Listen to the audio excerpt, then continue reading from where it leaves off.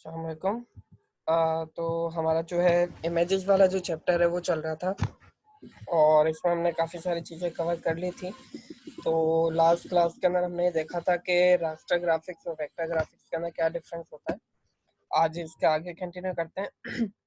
देखें, raster graphics या bitmap graphics को ड्रॉन इमेजेस या ड्रॉन ग्राफिक्स कह लें या वेक्टर ग्राफिक्स में कन्वर्ट करना या इन दोनों का उल्टा करना, यानी वेक्टर का रास्टर में कन्वर्ट करना और रास्टर का वेक्टर में कन्वर्ट करने के लिए आपको क्या करना पड़ेगा।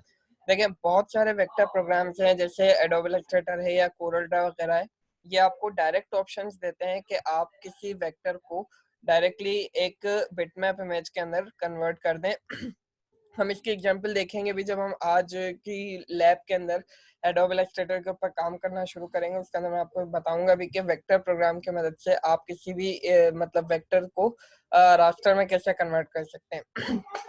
उसके अलावा जो दूसरा तरीका आपके पास है वो ये भी हो सकता है कि आपके पास अगर कोई वेक्टर है तो आप डायरेक्टली प्रिंट स्क्रीन का बटन दबा के उसको अपने कंप्यूटर के अंदर सेव करवा सकते हैं एज जेपीजी या पीएनजी वगैरह। ये मैंने लास्ट क्लास में भी आपको बताया था, स्क्रीनशॉट लेने वाला जो ऑप्शन था उसकी मदद से भी आप अपनी मतलब वेक्टर को रास्टर के अंदर कन्वर्ट कर सकते हैं। दूसरी तरफ अगर हम देखें तो मतलब वेक्टर सॉरी रास्टर ग्राफिक्स को या बिटमैप ग्राफिक्स को वेक्टर ग्राफिक्स में कन्वर्ट करना बहुत मुश्किल होता है। इस तरीके का अभी हमारे पास कोई इतना पावरफुल मतलब सॉफ्टवेयर अवेलेबल नहीं है जो डायरेक्टली हमारे पास एज इट इज वेक्टर बनाकर हमें दे दे। हमारे जो जो भी रास्टर इमेज है या कैमरा से ली हुई पिक्चर है, तो इस तरीके का कोई डायरेक्ट हमारे पास सॉफ्टवेयर अवेलेबल नहीं है अभी। लेकिन कुछ प्रोग्राम और कुछ यूटिलिटीज हमारे पास अवेलेबल हैं जो किसी भी बिटमैप इमेज के कलर्स वगैरह को सिलेक्ट करके उनका एक ऐसा ऑब्जेक्ट बना देती है जो ऐसा ऑब्जेक्ट या वेक्टर बना देती है जो उस इमेज को डिस्क्राइब कर रहा होता है। तो इस तरीके के जो प्रोसीजर होता है यानी ये जो प्रोसेस है उसको हम ऑटो ट्रेसिंग भी कहते हैं और बहुत सारी जगहों पर इसको ट्रेसिंग भी कहा जाता है। तो अगर आप कहीं पर ट्रेसिंग सुने या ऑटो ट्रेसिंग का लफ्ज सुने तो उसका मतलब ये होता है कि कोई एक ऐसा प्रोग्राम या ऐसा मेथड है जिसकी मदद से आपका सॉफ्टवेयर क्या करता है कि वो किसी भी रास्टर इमेज को वेक्टर इमेज के अंदर कन्वर्ट करने की कोशिश करता है। वो अपना मैक्सिमम अपना वहां पर जो भी इसके अंदर एल्गोरिथम यूज किए गए हैं उसकी मदद से मैक्सिमम वो ये कोशिश कर रहा होता है कि जो कुछ भी आपके रास्टर इमेज के अंदर चीजें हैं वो उनको वेक्टर के अंदर कन्वर्ट कर दे। लेकिन ऑटो ट्रेसिंग बहुत ज्यादा डिटेल्ड इमेज अगर आपके पास होगी यानी उस समय बहुत ज्यादा कलर्स वगैरह इस्तेमाल किए गए हैं, बहुत ज्यादा ब्लेंड्स हैं कलर के।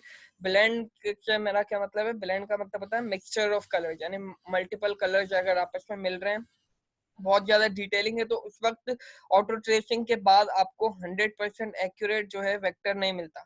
ठीक है, तो एडोब इलस्ट्रेटर के अंदर भी ये ऑटो ट्रेसिंग का ऑप्शन हमारे पास अवेलेबल है। ये भी मैं आपको करके दिखाऊंगा कि ट्रेसिंग करने के बाद जब आप एक रास्टर इमेज को ट्रेस करके वेक्टर के अंदर कन्वर्ट कर रहे होते हैं तब वो आपको किस तरीके के नजर आएगा। तो ऑटो ट्रेसिंग बेसिकली आपके पास वो मेथड है जिसकी मदद से रास्टर इमेज को वेक्टर में कन्वर्ट किया जाता है ऑटोमेटिकली। इसमें आपको कुछ करने की जरूरत नहीं थी, ऑटोमेटिकली आपका जो सॉफ्टवेयर है वो खुद ही इसको कन्वर्ट करने की कोशिश करता है। लेकिन ये अभी तक इतना कोई खास पावरफुल नहीं है क्योंकि बहुत ज्यादा डिटेल्ड इमेज को 100% कन्वर्ट नहीं कर सकता है। ठीक है, तो बताने का मकसद सिर्फ ये था कि जो हमारे पास वेक्टर प्रोग्राम्स हैं वो हमें ऑप्शंस प्रोवाइड कर रहे होते हैं कि हम डायरेक्टली किसी भी वेक्टर को हमारे जो रास्टर प्रोग्राम है उसके अंदर कन्वर्ट कर लें, यानी वेक्टर को जेपेग में या पीएनजी के अंदर कन्वर्ट कर लें। बहुत आराम से एक ही क्लिक के ऊपर हमारे पास हो जाता है और 100% एक्यूरेट रिजल्ट हमारे पास आ रहा होता है। लेकिन जब हम किसी बिटमैप को या रास्टर को वेक्टर में कन्वर्ट करने जा रहे होते हैं तो ये प्रोसेस काफी मुश्किल है। और कुछ हमारे पास प्रोग्राम्स अवेलेबल हैं या कुछ मेथड्स अवेलेबल हैं जिनको ऑटो ट्रेसिंग कहा जाता है। इसकी मदद से क्या होता है कि आप किसी भी रास्टर इमेज को वेक्टर में कन्वर्ट कर सकते हैं, लेकिन ये 100% एक्यूरेट इसका रिजल्ट हो ऐसा जरूरी नहीं। कुछ केसेस में जहाँ पर बहुत ज्यादा डिटेल्स नहीं है आपके रास्टर इमेज में तो वो आपको 100% भी दे सकता है, लेकिन बहुत ज्यादा डिटेलिंग के केस में ये आपको सही रिजल्ट नहीं दे रहा होता है। ठीक है, और ये ऑटो ट्रेसिंग हमारे पास इलस्ट्रेटर में अवेलेबल है जो हम लैब के अंदर देखेंगे इसको। उसके बाद का जो हमारे पास टॉपिक है वो फिर हम कलर्स के बारे में पढ़ेंगे कि कलर्स किस तरह हमारे पास शो हो रहे होते हैं, कलर्स क्या हैं और कंप्यूटर किस तरह उन कलर्स को हमारे सामने प्रेजेंट कर रहा होता है। तो बेसिकली जो कलर्स हैं वो based upon red, green and blue. ये आपको पता होगा कि जो भी हम कलर देख रहे होते हैं उसके जो बेसिक कलर्स हैं वो रेड, ग्रीन एंड ब्लू है। आरजीबी कलर जिसको कहा जाता है, ये सबको होपफुली पता होगा। तो कंप्यूटर के अंदर कलर को शो करने के बेसिकली दो मेथड्स हमारे पास अवेलेबल हैं। एक मेथड हमारे पास होता है एडिटिव कलर्स, दूसरा हमारे पास होता है subtractive colours. There are actually two basic methods for making colour. एक आपके पास है एडिटिव कलर, दूसरा आपके पास है subtractive colour. By adjusting combination of these three colors, the eye and brain will interpolate the combination of colors in between. In colours का combination यानी कहीं से थोड़ा रेड लिया, थोड़ा ग्रीन लिया तो एक नया कलर बन जाएगा। रेड लिया, हमने हमारे पास ब्लू कलर लिया तो एक नया कलर बन जाएगा।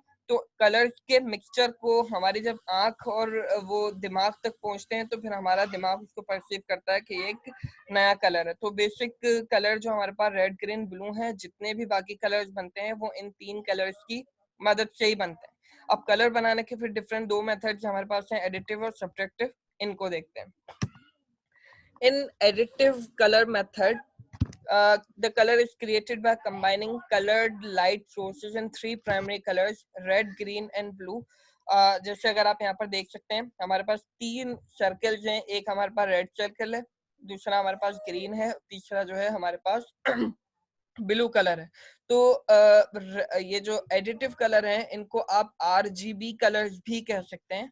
ठीक है, इसके अंदर क्या होता है कि जो भी कलर्स बन रहे होते हैं वो इन तीन कलर्स की मदद से बन रहे होते हैं। जैसे रेड और ग्रीन को जब हमने मिलाया तो हमारे पास जो है येलो कलर बन जाता है।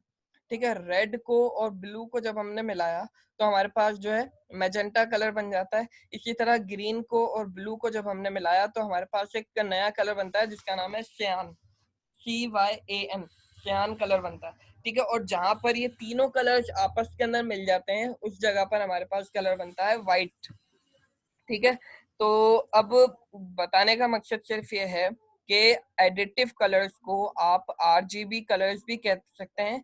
और एडिटिव कलर्स बेसिकली आप कहाँ पर यूज करेंगे? This is the process used for cathode ray tube, liquid crystal display and plasma display. यानी जितनी भी डिजिटल स्क्रीन आपके पास अवेलेबल हैं वहां पर एडिटिव कलर्स का इस्तेमाल करना चाहिए। ये रिकमेंडेड चीज है। ये बता दिया गया है कि अगर आप डिजिटल स्क्रीन के लिए कोई काम कर रहे हैं, मतलब आपको वो काम जो है प्रिंट नहीं करना, फॉर एग्जांपल आप कोई वेबसाइट डेवलप कर रहे हैं तो वेबसाइट जो है नॉर्मली डिजिटल स्क्रीन के लिए ही खोली जाती है। या आपने कोई एड बनाया है जो सिर्फ और सिर्फ डिजिटल स्क्रीन के ऊपर चलेगा तो उस एड में या उस वेबसाइट के अंदर जो आप कलर्स वगैरह इस्तेमाल करेंगे वो आरजीबी मोड को इस्तेमाल करके आप करेंगे तो आपको एक अच्छा रिजल्ट मिलेगा। सेकंड हम चलते हैं सब्ट्रैक्टिव कलर्स के लिए। तो देखें सब्ट्रैक्टिव कलर्स के अंदर चार कलर्स हम इस्तेमाल करते हैं।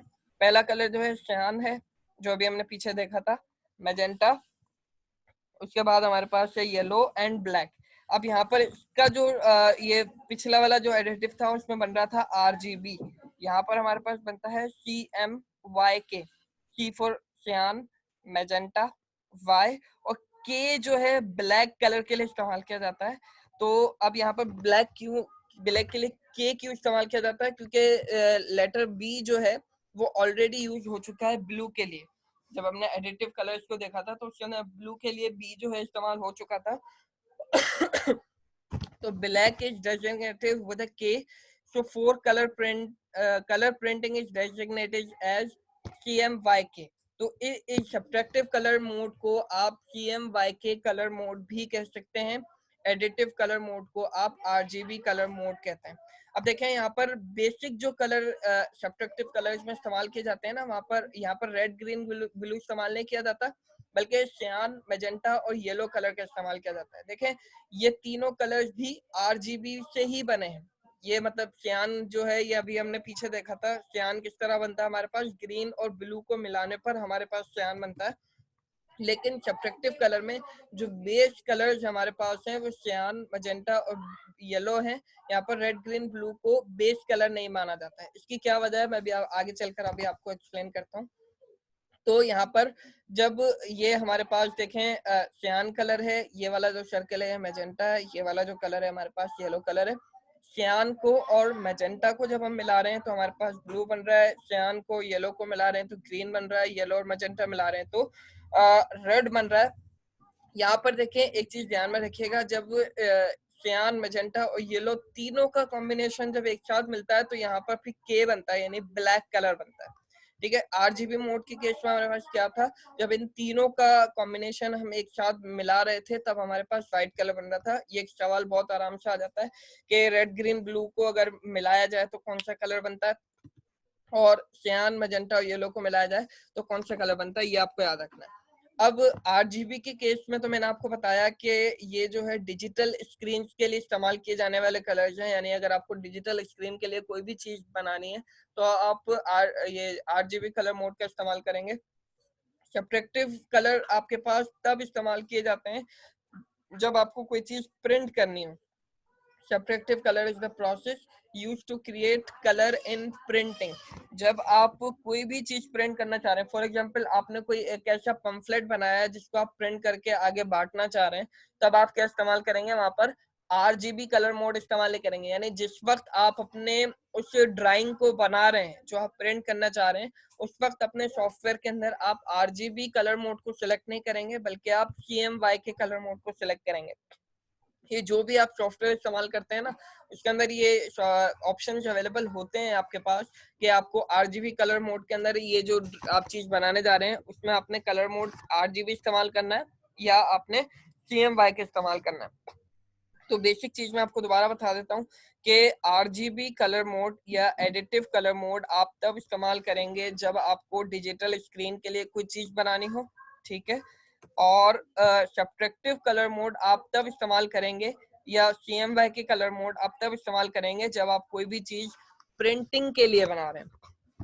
ठीक है, अब इसकी वजह क्या होती है वो ये मैं बता देता हूँ कि आरजीबी कलर मोड से जितने भी कलर्स बनते हैं, यानी जब आप रेड और ग्रीन और ब्लू को बेस से अपनी रखते हैं, तब जो कलर्स बनते हैं वो बहुत ज्यादा ब्राइट बन रहे होते हैं, बहुत ज्यादा चमकते हुए कलर्स बन रहे होते हैं, जो डिजिटल स्क्रीन के केसेस के अंदर बहुत ज्यादा अच्छे लग रहे होते हैं।